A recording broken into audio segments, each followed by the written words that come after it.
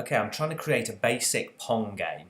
So I'm going to create the ball, the paddle, and the dead area for my game. Use the Paint editor in the Paint New Script button.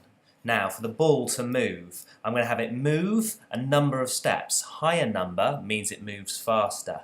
And if on edge, bounce. I'm having this happen forever so that it continues throughout the game. That's the basic way to get the ball moving.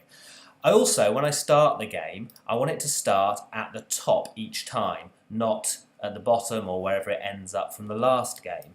That's why I've added this command, go to x0, which is in the middle, and a high on the y-axis, which means it's up here. And point in direction 170. Well, 180 is directly down.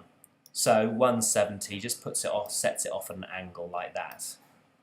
Then, what else have I added? This one.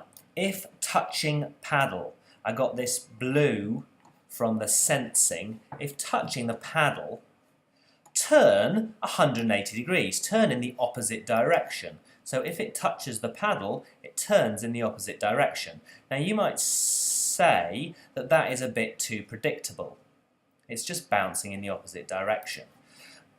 So what I did was I added a random element that I got from operators. And instead of exactly 180, it's about 180. This adds a random element so that it bounces off at a slightly different angle.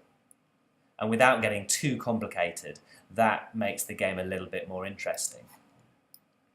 Now, if touching the dead area, that's this command, if touching the dead area, I want to stop the game. So let's see what happens now. If it touches the dead area, it stops the game.